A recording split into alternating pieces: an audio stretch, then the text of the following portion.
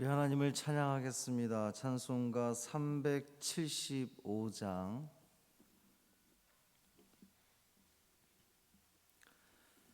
찬송 375장 찬양하겠습니다.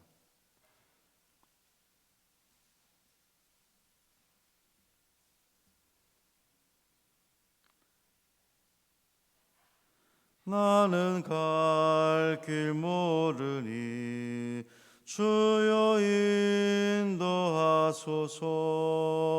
어디 가야 좋을지 나를 인도하소서.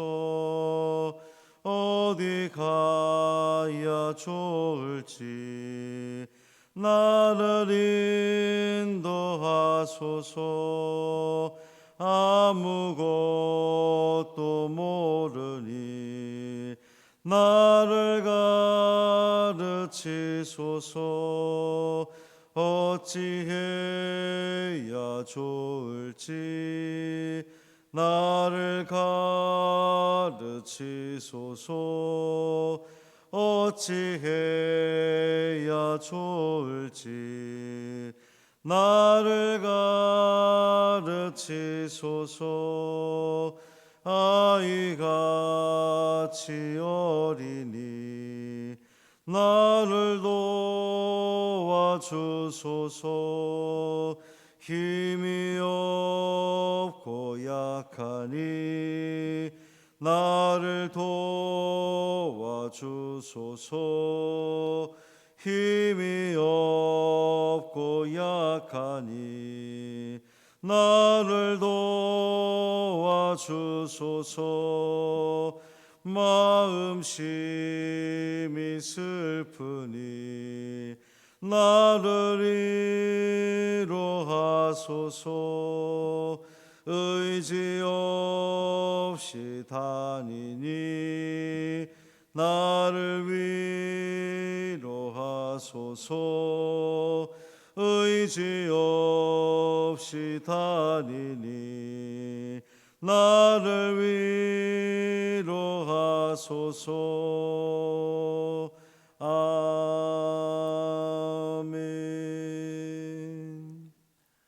사도신경으로 우리의 신앙을 고백하겠습니다.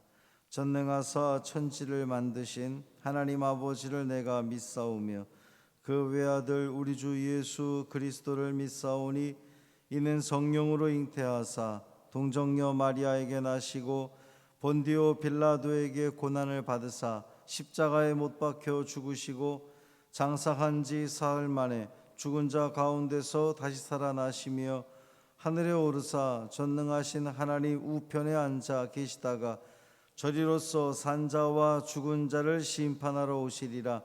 성령을 믿사오며 거룩한 공회와 성도가 서로 교통하는 것과 죄를 사하여 주시는 것과 몸이 다시 사는 것과 영원히 사는 것을 믿사옵나이다. 아멘. 예레미야 1장 6절 말씀입니다.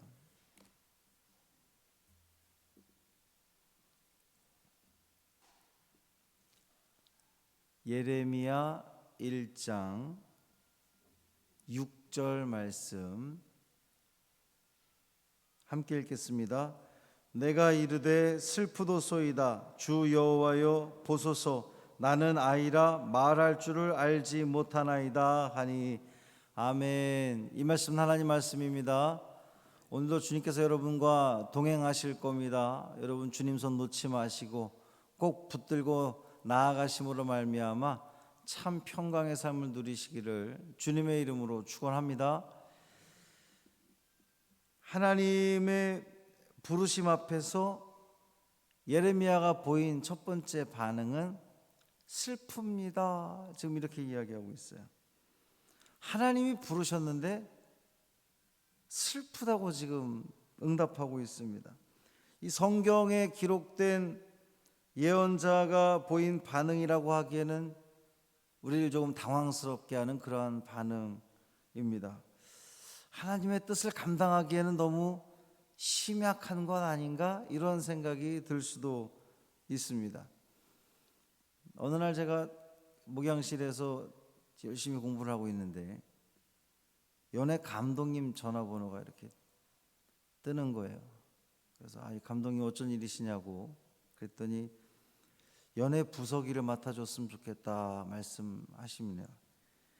제가 너무 놀랐죠. 연애 일을 할 거라고는 뭐 아예 생각을 해본 적이 없었고, 또 제가 연배도 어리고 여러 가지 부족하다고 생각을 해서 제가 이제 사양을 했습니다. 저는 너무 어리고 또 부족합니다. 사양을 했는데 극구 맡아달라고 부탁을 하셔서, 요청을 하셔서 제가 부족하지만 그러면 순종하겠습니다.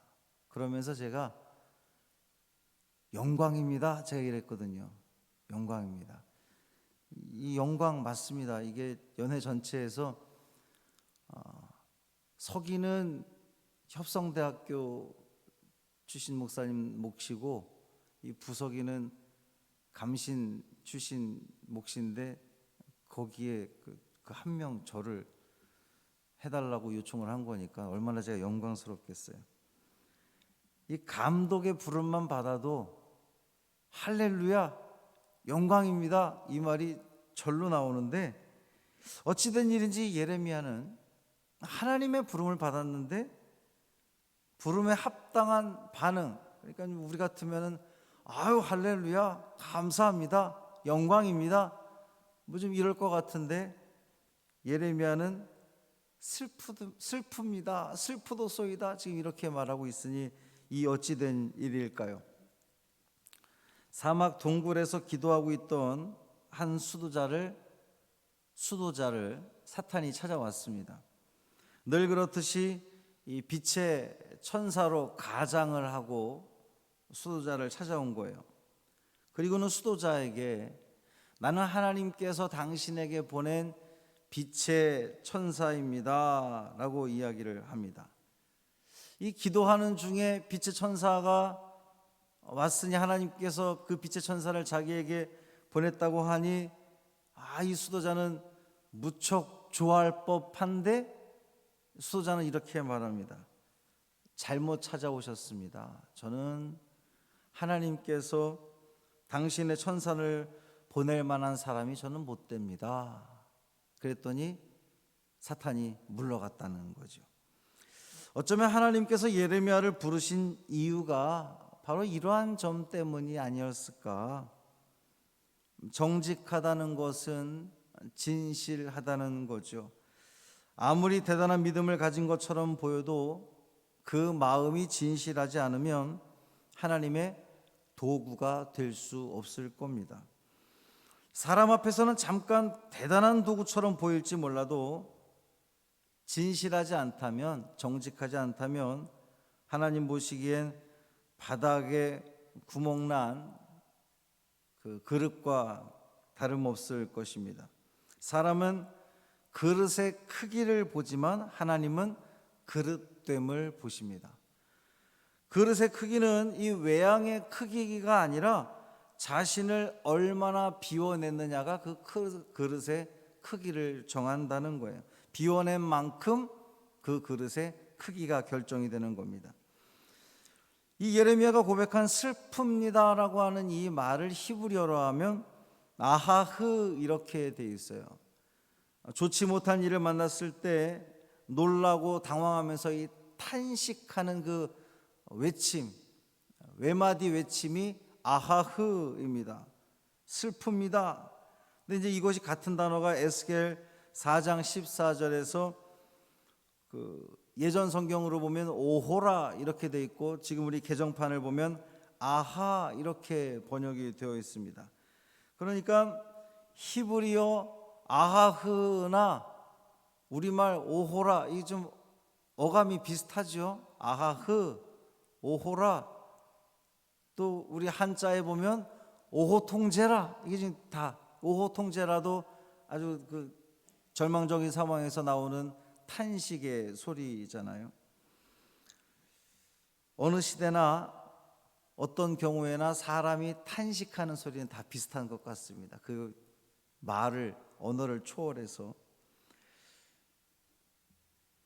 하나님의 부르심 앞에서 탄식부터 한 예레미야는 나는 말을 할 줄 모릅니다, 이렇게 고백을 하고 있습니다. 말을 할 줄 모릅니다. 그러니까 예레미야는 하나님이 부른 사람은 말을 잘해야 된다고 생각을 했던 것 같아요. 그렇죠? 하나님이 예레미야를 부르셨는데 나는 말을 잘 할 줄 모릅니다. 그러니까 예레미야 판단에는 하나님의 일을 하는 사람, 하나님의 선지자는 말을 잘해야 되는 사람이다, 이렇게 생각을 한 것 같아요. 그런 예레미야에게 하나님은 내 말을 내 입에 두었노라, 이렇게 말씀하셨습니다. 사람이 말을 잘해서가 아니라 하나님께서 주님의 말씀을 사람의 입에 두심으로 사람은 하나님의 사람이 되는 거예요. 그가 잘나서 하나님의 사람이 되는 것이 아니라 하나님 말씀을 그의 입에 두심으로 그 하나님 말씀을 온전히 선포하게 됨으로써 그가 하나님의 사람이 되는 겁니다. 말을 잘하는 것과 말씀을 전하는 것은 다른 거예요. 하나님은 결코 달변가를 원하지 않습니다. 어눌하더라도 당신의 말씀을 있는 그대로 전달하는 사람을 하나님은 원하신다는 겁니다. 그런데 오늘날 수많은 목회자들이 이 교인들 앞에서 말을 잘하고 싶어 합니다. 달변가가 되고 싶어 해요. 사람들 또한, 성도들 또한 말 잘하는 목사가 설교를 잘한다라고 생각을 합니다.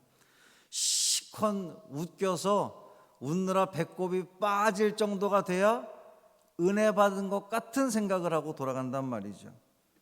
하나님이 누구에게 어떤 말씀을 맡기셨는지에 대해서는 별 관심이 없는 것이 이 시대의 비극이다, 이렇게 볼 수 있습니다. 우리 모두 진실한 사람이 되기를 간절히 소망합니다.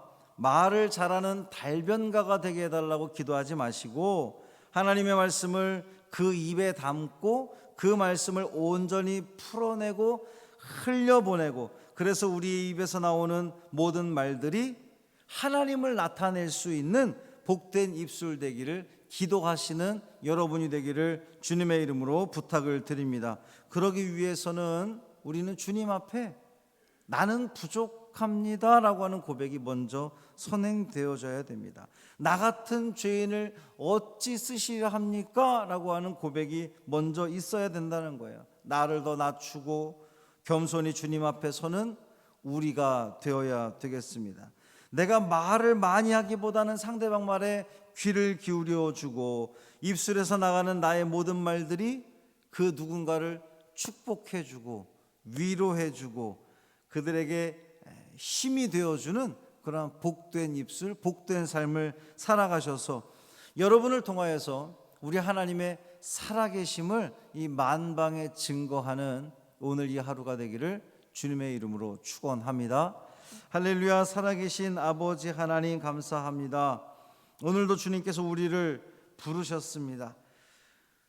주님의 자녀된 사명, 제자로서의 사명, 말씀을 받아든 자의 사명을 감당하라고 우리를 부르셨는데 우리는 말을 할 줄 모릅니다. 우리는 연약한 사람입니다.